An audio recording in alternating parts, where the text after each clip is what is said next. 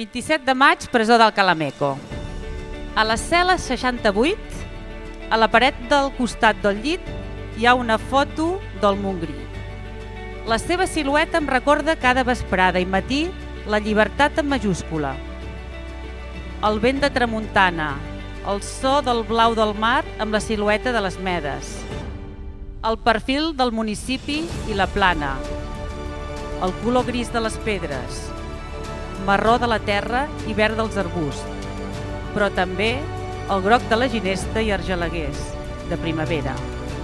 Avui, en la 6a pujada al Castell del Montgrí, tenyireu més de groc i el festival Ítaca Cultura ressonarà en els murs del Calameco.